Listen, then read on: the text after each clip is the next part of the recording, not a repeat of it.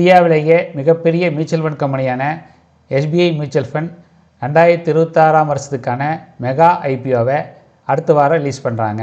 வீடியோவில் ஐபிஓட சைஸ் என்ன, டைம் டேபிள் என்ன, ப்ரைஸ் பேண்ட் என்ன, ரீட்டெயில் கோட்டா எவ்வளவு, ஷேர் ஹோல்டர் கோட்டா என்ன, மினிமம் இன்வெஸ்ட்மெண்ட் வேலை எவ்வளவு, மேக்ஸிமம் எவ்வளோ இன்வெஸ்ட் பண்ணலாம், கம்பெனி ஐபிஓ வரதுக்கு முன்னாடியே ஒரு ஷேர் ₹100 மேலே ப்ராஃபிட் போயிட்டுருக்கு அப்படிங்கிற உண்மையாக எல்லாத்தையும் பார்க்கலாம். எஸ்பிஐ மியூச்சுவல் ஃபண்ட் ஐபிஓ அப்படின்னு புரியறதுக்கா ஈஸியாக சொன்னாலும் நீங்கள் ஐபிஓவில் அப்ளை பண்ண வேண்டிய நேம் வந்து SBI funds management IPO. So இந்த வீடியோவில் ஸ்கீமோட டீட்டெயில்ஸுமே 2026 வருஷத்துக்கான கம்ப்ளீட் ரிவ்யூவும் பார்க்கலாம். அதுபோக எஸ்பிஐ மியூச்சுவல் ஃபண்டோட அசெட் அண்டர் மேனேஜ்மெண்ட்டு கடந்த 3 வருஷத்தில் எப்படி வளர்ந்துருக்கு அப்படிங்கிறதையுமே, ப்ராஃபிட் அதாவது லாபம் கடந்த 3 வருஷத்தில் எப்படி இன்க்ரீஸ் ஆகிட்டு வருது அப்படிங்கிறதையும் ஸ்டெப் பை ஸ்டெப்பாக அனலைஸ் பண்ணலாம். வீடியோ கடைசியில் இந்த ஐபிஓ அப்ளை பண்ணலாமா அல்லது அவாய்ட் பண்ணணுமா அப்படிங்கிறத நீங்களே ஈஸியாக தெரிஞ்சுக்கலாம். வீடியோ கேர்ஃபுல்லாக கடைசி வரைக்கும் பார்த்துட்டு மற்றவங்களுக்கு ஷேர் பண்ணுங்கள். இந்த வீடியோ வந்து எஜுகேஷன் இன்ஃபர்மேஷன் பர்பஸ்க்காகத்தான். I am not a SEBI registered investment advisor. எந்த பர்சனல் ரெக்கமெண்டேஷனும் இல்லை. சரி, எஸ்பிஐ மியூச்சுவல் ஃபண்ட் பற்றி என்னென்னு பார்த்தோம்னா, இது வந்து 1987 வருஷம் ஆரம்பிச்சிருக்காங்க. மெயின் ஸ்பான்சர் வந்து State Bank of India SBI bank. அதோட பார்ட்னர் வந்து அமுண்டி அப்படின்னு ஒரு கம்பெனி ஃப்ரான்ஸில் இருக்குது. இதோட டோட்டல் அசெட் மேனேஜ்மெண்ட் வந்து இன்றைக்கி வந்து 13 லட்சம் கோடி அந்த அளவுக்கு ஃபண்டை வந்து மேனேஜ் பண்ணுறாங்க. இந்தியாவிலேயே மிகப்பெரிய ஏஎம்சி அதாவது அசெட் மேனேஜ்மெண்ட் கம்பெனி இது இருக்குது. இது வந்து ஈக்விட்டி ஃபண்டு, டெப்ட் fund, hybrid fund, ETF, index fund, அது மாதிரி எல்லா ஃபண்டுமே மேனேஜ் பண்ணுறாங்க. இந்தியாவோட மெகா ஐபிஓ அப்படின்னு பார்த்தோம்னா, இது அசெட் மேனேஜ்மெண்ட் கம்பெனிலேயே மிகப்பெரிய அசெட் மேனேஜ் கம்பெனி இருக்குது. நம்பிக்கையான எஸ்பிஐ ஸ்டேட் பேங்க் இந்தியா அப்படின்னு பிராண்ட் இருக்குது. அதிக இன்வெஸ்டர் முதலீட்டாளர்களோட வரவேற்பு இருக்குது. மார்க்கெட்டில் ஒரு எக்ஸைட்மெண்ட் இருக்குது அடுத்த வாரம் ஐபிஓக்காக.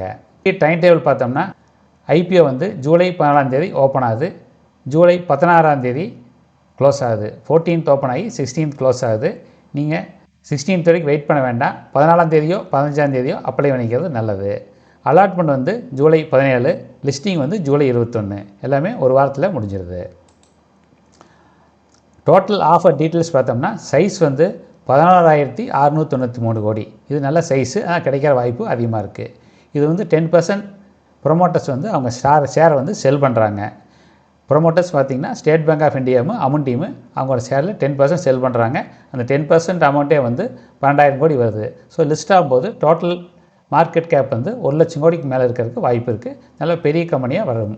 ப்ரெஸ் இஷ்யூ எதுவும் கிடையாது.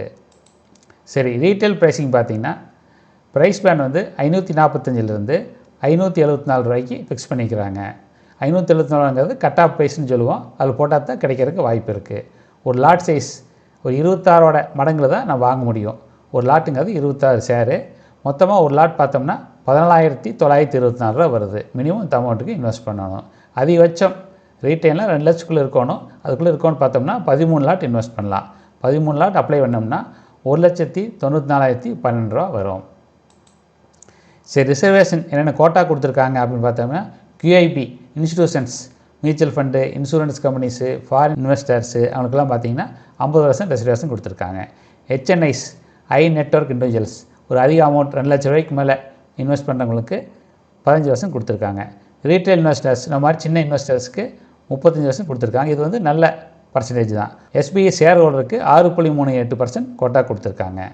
So employees reservation available. நான் மெயினாக அப்ளை பண்ண வேண்டியது 2 தான் மெயினாக பார்க்காதோம். அதுக்கு தான் ரேட்டில் கொடுத்துருக்கோம். சரி, ஸ்பெஷல் கோட்டா பார்த்திங்கன்னா, State Bank of India share ஹோல்டருக்கு 1.3 கோடி ஷேர் தனியாக அலாட் பண்ணிக்கிறாங்க. ஆனால் ஜூலை 8 டிமார்ட்டில் இருந்துருக்கணும். இனிமேல் வாங்கினோம்னா கிடைக்காது. Already State Bank of India share வச்சுருக்கிறவங்க அது தனியாக ஒரு அப்ளை பண்ணலாம்.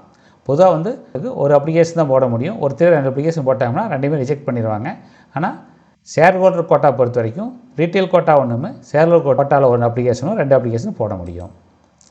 சரி, கம்பெனியோட ஃபைனான்சியல் ஹெல்த் எப்படி, ப்ராஃபிட் எப்படி அப்படின்னு பார்த்தோம்னா, இது வந்து மியூச்சுவல் ஃபண்ட்லேயே மார்க்கெட் லீடராக இருக்கிறாங்க. கன்சிஸ்டன்ஸாக தொடர்ந்து இன்கம் கொடுத்துட்ருக்காங்க. 43% REE கொடுத்துருக்காங்க. நல்ல ப்ராஃபிட் மார்ஜின் கொடுத்துருக்காங்க. சரி, 3 வருஷம் அசெட் அண்டர் மேனேஜ்மெண்ட் க்ரோத் பார்க்கலாம். மியூச்சுவல் ஃபண்டை பொறுத்த வரைக்கும் அசெட் அண்டர் மேனேஜ்மெண்ட் எவ்வளோ ஃபண்டை அவங்க மேனேஜ் பண்ணுறாங்க அப்படிங்கிறது தான் முக்கியம். 2023 எல்லாமே ஜூலையில் தான் கம்பேர் பண்ணுறோம். 2023 வருஷம் 7.2 லட்சம் கோடி அவங்க மேனேஜ் பண்ணுறாங்க. 2024 8.65 லட்சம் கோடியை மேனேஜ் பண்ணுறாங்க. 2025 10.35 கோடி அமௌண்ட்டை மேனேஜ் பண்ணியிருக்காங்க. 2026 கரண்ட்டாக ஏறக்குறைய 12 லட்சம் கோடி ஏஇஎம் வச்சுருக்காங்க. Growth year and year growth பார்க்கும்போது 20% மேலே இருக்குது. லாஸ்ட் குவார்ட்டரில் 3 மாதத்தோட நல்ல க்ரோத் காட்டியிருக்காங்க. சரி, பிஸ்னஸ் பவர் கோர் ஸ்ட்ரென்த் எல்லாம் என்ன அப்படின்னு பார்த்தோம்னா, State Bank of India network எல்லாமே அவங்களுக்கு நல்லா யூஸ்ஃபுல்லாக இருக்குது. ரீட்டைல் எஸ்ஐபி சின்ன முதலீட்டாளர்கள் எஸ்ஐபி போகிறது நிறைய அதிகமாக இருக்குது இந்த மியூச்சுவல் ஃபண்டில். அதே மாதிரி டைவர்சிஃபை மியூச்சுவல் ஃபண்ட் எல்லா விதமான மியூச்சுவல் ஃபண்டும் வச்சுருக்காங்க. மொத்தமாக 128 இன்வெஸ்ட்மெண்ட் ஸ்கீம் வச்சுருக்காங்க. நிறைய எக்ஸ்பர்ட் டீம் வச்சுருக்காங்க. சரி, 3 வருஷம் ப்ராஃபிட் ஆஃப்டர் டேக்ஸ் லாபம் எவ்வளோ இருக்குது கம்பேர் பண்ணி பார்த்தோம்னா, 2023 வருஷம் 2350 கோடி ப்ராஃபிட் கொடுத்துருக்காங்க. 2024 வருஷம் 2850 கோடி ப்ராஃபிட் கொடுத்துருக்காங்க. 2025 வருஷம் 3450 கோடி ப்ராஃபிட் கொடுத்துருக்காங்க. இப்போ கரண்ட்டாக 2026 4180 கோடி ப்ராஃபிட் கொடுத்துருக்காங்க. ஸோ ப்ராஃபிட் வந்து வருஷம் 21% அதிகமாகிட்டு போயிட்டுருக்கு. ரீசன்ட் கடைசி குவார்ட்டரில் கூட நல்ல ப்ராஃபிட் கொடுத்துருக்காங்க. சரி, அதே சமயம் ரிஸ்க் இருக்கான்னு பார்த்தோம்னா, ரிஸ்க் என்னென்னு பார்த்தோம்னா மார்க்கெட் கிராஷ். ஸோ மார்க்கெட் ரொம்பவே குறையும் போது அது கொஞ்சம் ப்ராஃபிட் கொஞ்சம் குறையலாம். ஆனால் மார்க்கெட் குறைஞ்சாலுமே அவங்கள்ட்ட எவ்வளோ அசெட் இருக்கோ அதுக்கான இன்கம் அவங்களுக்கு வந்துட்டு தான் இருக்கும். அதே சமயம் கொஞ்சம் குறையலாம். அதேமாதிரி State Bank of India network dependency வந்து அதிகமாக இருக்குது. ஸ்டேட் பேங்க் பிரான்ச்லேருந்து போடுறவங்க அதிகமாக இருக்காங்க. அதேமாதிரி பேசிவ் ஃபண்ட்ஸ் இண்டெக்ஸ் ஃபண்ட் சொல்லுவோம். நிஃப்டி 50 ஃபண்டு, நிஃப்டி 100 ஃபண்டு, அது நிறைய ஃபண்டு இருக்குது. அதில் வந்து எக்ஸ்பென்ஸ் ரேஷியோ குறைவாக இருக்கும். இவங்களுக்கு வர இன்கம் கொஞ்சம் குறைவாக இருக்க வாய்ப்பு இருக்குது. அதே மாதிரி ஸ்ட்ரிக்டான செபி ரூல்ஸும் கொஞ்சம் நெகட்டிவாக இருக்க வாய்ப்பு இருக்குது. வேல்யூஷன் செக் பண்ணோம்னா leading listed peers already ICICI Prudential, HDFC mutual fund already list ஆகிருக்கு. அதோட ப்ரைஸ் எல்லாம் கம்பேர் பண்ணி பார்க்கணும். அதை பார்க்கும்போது கொஞ்சம் ரொம்ப சீப்புன்னு சொல்ல முடியாது. அதே சமயம் ஃபைனான்ஷியல் வந்து ஸ்ட்ராங்காக இருக்குது. பிரீமியத்துக்கு வந்து ஜஸ்டிஃபிகேஷன் அவங்க கொடுத்துருக்காங்க. சரி, கிரே மார்க்கெட் அதாவது ஒரு ஷேர் வந்து மார்க்கெட் லிஸ்ட்டாக இருக்க முன்னாடியே ஒரு சின்ன அமௌண்ட் ஷேர் வந்து ஆஃப் மார்க்கெட்னு சொல்லுவாங்க, அதில் ட்ரேட் ஆகிட்டு இருக்கும். அதை வந்து கிரே மார்க்கெட்னு சொல்லுவாங்க. இதில் வந்து நம்ம ரெக்கார்டு பண்ண இன்றைக்கி 11ஆம் தேதி வந்து 110 ரூபா ஒரு ஷேருக்கு பிரீமியத்தில் போயிட்டு இருக்குது. அவங்க கொடுக்குற ப்ரைஸை விட 110 ரூபா அதிகமாக ட்ரேட் ஆகிட்டுருக்கு. பர்சன்டேஜ் பார்த்தோம்னா ஒரு 19லேருந்து 20% பிரீமியத்தில் ட்ரேட் ஆகிட்டுருக்கு. இன்ஸ்டியூஷன் டிமாண்ட் அதிகமாக இருக்க வாய்ப்பு இருக்குது. ரீட்டைல் டிமாண்டும் நிறைய இருக்க வாய்ப்பு இருக்குது. சரி, ஷார்ட் டைம் உடனடியாக லாபம் கிடைக்குமா அப்படின்னு பார்க்குறவங்களுக்கு லிஸ்டிங் கெயின் சொல்லுவாங்க. அப்படின்னு நினைக்கிறவங்களுக்கு brand trust State Bank of India brand வந்து நம்ம நம்பிக்கையான பிராண்டு. லிஸ்டிங் கெயின் வந்து வாய்ப்பு இருக்குது. ட்ரேடர்ஸ்க்கு யூஸ்ஃபுல்லாக இருக்க வாய்ப்பு இருக்குது. அதே சமயம் கட் ஆஃப் ப்ரைஸ் அதிக ப்ரைஸ் மேலே அப்ளை பண்ணால் தான் கிடைக்க வாய்ப்பும் இருக்குது. சரி, லாங் டைம் இன்வெஸ்டர்ஸ் என்ன பண்ணலாம் அப்படின்னு பார்த்தீங்கன்னா, ஃப்யூச்சர் க்ரோத்து கம்பெனி நல்லாவே இருக்க வாய்ப்பு இருக்குது. ஏன்னா வெல்த் வந்து போப்போ நல்லா அதிகமாகும். இந்தியாவோட ஃபைனான்ஷியல் க்ரோத் வந்து ரொம்ப ஸ்ட்ராங்காக எக்ஸ்பெக்ட் பண்ணுறாங்க. அதனால் வந்து நல்லா க்ரோத் இருக்கலாம். மினிமம் 3 இயர்ஸ்க்கு மேலே வச்சுருந்தோம்னா நல்ல வாய்ப்பு இருக்குது. இப்போ ஐபிஓ கிடைக்கிறது போக அப்போ மார்க்கெட் குறையும் போது கொஞ்சம் எக்ஸ்ட்ரா வாங்கினோம்னா அதிக அமௌண்ட்டான ஷேர் வந்து வாங்கி வச்சுக்க முடியும். சரி, SBI ஃபண்ட்ஸ் மேனேஜ்மெண்ட் IPO அதை பற்றி பார்த்தோம். ஃபைனல் வெர்டிக்ட் சரி அப்ளை பண்ணலாமா அப்படின்னு கேட்டோம்னா, சாலிடாக ஸ்ட்ராங்கான ஃபண்டமெண்டல்ஸ் வச்சுருக்காங்க. சேஃபான ரீட்டைல் இன்வெஸ்ட்மெண்ட் இன்ட்ரெஸ்ட் இருக்குது. ஸோ அப்ளை பண்ணுறதுக்கு கன்சிடர் பண்ணலாம். அதே சமயம் ரிஸ்கையும் பார்த்துக்குங்க. நான் வந்து already State Bank of India share வச்சுருக்கேன். அதனால் ரீட்டைல் ஒரு அப்ளிகேஷனுமே State Bank of India shareholder கோட்டாவில் ஒரு அப்ளிகேஷன் போடலான்னு இருக்கேன். இன்னொரு ஃபேமிலி மெம்பர் ஃபைலில் ஒரு அப்ளிகேஷன் போடலான்னு இருக்கேன். மொத்தம் 3 அப்ளிகேஷன் ஃபேமிலியில் அப்ளை பண்ண போகிறோம். நீங்களும் அந்த மாதிரி யோசிச்சு அப்ளை பண்ணலாம். ஒருத்தர் வேலையே அதை இன்வெஸ்ட் பண்ணுறத விட பிரித்து இன்வெஸ்ட் பண்ணும்போது அலாட்மெண்ட் கிடைக்கிற வாய்ப்பு அதிகமாக இருக்குது. State Bank of India share ஹோல்டர்னால் நீங்கள் 2 அப்ளிகேஷன் போடலாம். தேங்க்ஸ் ஃபார் வாட்சிங்.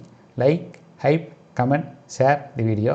Subscribe the channel and see all our interesting videos. இதோட வீடியோ முடிச்சுக்கலாம். வீடியோ எல்லாத்துக்கும் யூஸ் வந்து நினைக்கிறேன். நான் கொடுத்துருக்கிற மோஸ்ட் ஆஃப் வீடியோவில் கடந்த 25 வருஷமாக என்னோட பர்சனல் மணியை இன்வெஸ்ட் பண்ணிட்டு தான் வரேன். அந்த எக்ஸ்பீரியன்ஸ் சேர்த்து தான் வீடியோவில் கொடுத்துருக்கேன். வீடியோவை லைக் பண்ணுங்கள், ஹைப் பண்ணுங்கள், கமெண்ட் பண்ணுங்கள், ஷேர் பண்ணுங்கள். கீழே இருக்கிற சப்ஸ்கிரைப் பட்டன் அமைத்தி எல்லா இன்ட்ரெஸ்டிங் வீடியோவும் பாருங்கள்.